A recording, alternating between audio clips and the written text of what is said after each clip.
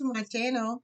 This is Truly Restored TV, where we seek to instill hope and encouragement and challenge you to find the resilience that is already in you so that you can be the person that you were called to be. Today, we're going to talk about supports.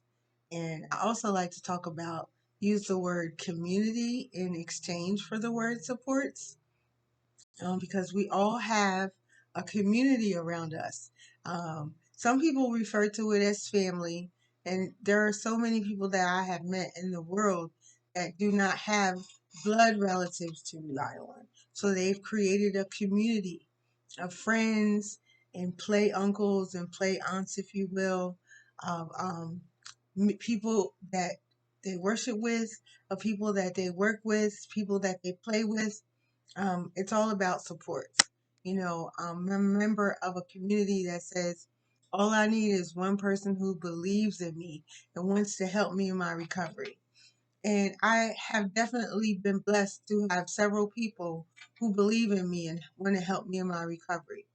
But they don't just want to help me in my recovery from drugs and alcohol, but my recovery and the restoration of relationships, my recovery and restoration of my professional status, my career as a student, in so many ways. My career as a minister, I have supports. Do you have supports? Do you have people around you who encourage you, who don't laugh at your dreams, but actually help to fan them into existence? Do you have people who pour into you and encourage you and challenge you to be the best version of you? Well, that's what we're talking about today. We're talking about supports. And it's interesting that sometimes we're not even looking for something, but God will put someone in our path, or we'll meet someone. The universe will kind of connect us with somebody in the strangest of places. And, that is a whisper, a nudge from God saying, I got something for you. I want to bless you. I want to bless you. I want to fill your heart. The Bible says that God provides company for those who are lonely. And I went through this season in my life where I was very lonely after I got out of my marriage, and I had spent some time incarcerated because I relapsed on drugs, and there are so many people who didn't want anything to do with me, people who knew me from childhood. But God had a plan, and He put some of those people in my life who were willing to support me in my recovery. And so I want to encourage you, give you some tips as always to, first of all, be open. Be open to meeting new people. Be open to experiencing new things, because you never know when an angel will be placed in your life to encourage you and help you get to the next level, help you heal, help you get where you need to go. And I don't mean geographically as much as I mean emotionally, as much as I mean psychologically, even financially. Sometimes people can help hold us accountable so that we can do the next right thing. We can be more disciplined. We can be more of who we're supposed to be. So be open, be willing, to meet new people and to consider alternative perspectives. Another suggestion that is really common: don't judge a book by its cover. When you meet people, ask them questions, get to know who they are. Find the point of commonality. Find out what you have in common.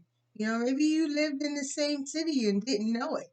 Maybe you were born on the same birthday and didn't know it. Maybe you have the same number of children or the same gender of children. You just never know. Get into a conversation with somebody. Don't judge a book by its cover. Look at somebody and say, this is who they are, this is what they like, this is where they've been. You really don't know. Ask questions. And then another suggestion that I have is really try to be intergenerational. I always, always, always thank my mother from a distance. She doesn't even know this all the time, but she used to take us to visit seniors when we were children. We would go into senior citizen centers. We would go into nursing homes. And it allowed me to become comfortable talking to people from every age group, from any walk of life, you know, and I enjoy talking to people who are older. I enjoy talking to people who are younger. I'm a little bit challenged, intimidated by talking to adolescents, but I give myself a chance, allow myself to be open, and really it's not about talking as much as it is about listening, you know, and so be willing to engage with people from different age groups. And with this probably goes without saying, but I'm gonna say it anyway. We're such a global society. Be willing to talk to people from different walks of life, from different cultures, different ethnicities. When I moved to the city where I live in now, I found myself angry. And I really didn't know why there was this undercurrent of anger in me. And it was because the city that I moved to didn't have my favorite American food on every corner. I was in a community where the culture was different, and on the corner of every seemed like neighborhood there was this ethnic food that I really didn't know anything about. I felt uncomfortable ordering it. I felt uncomfortable eating it because I didn't know what I was eating. I wasn't familiar with it, but first I had to identify what was wrong, and then I was able to move towards a solution in that area. So when it comes to building community and it comes to building supports, I encourage you to get outside your comfort zone, talk to different people of different ages, of different ethnicities, to be open, to be willing, to be curious, to be inquisitive, ask questions, and let people get to know you. You're worth knowing. You're beautiful. You're a king and a queen waiting to be discovered, or you're already a king.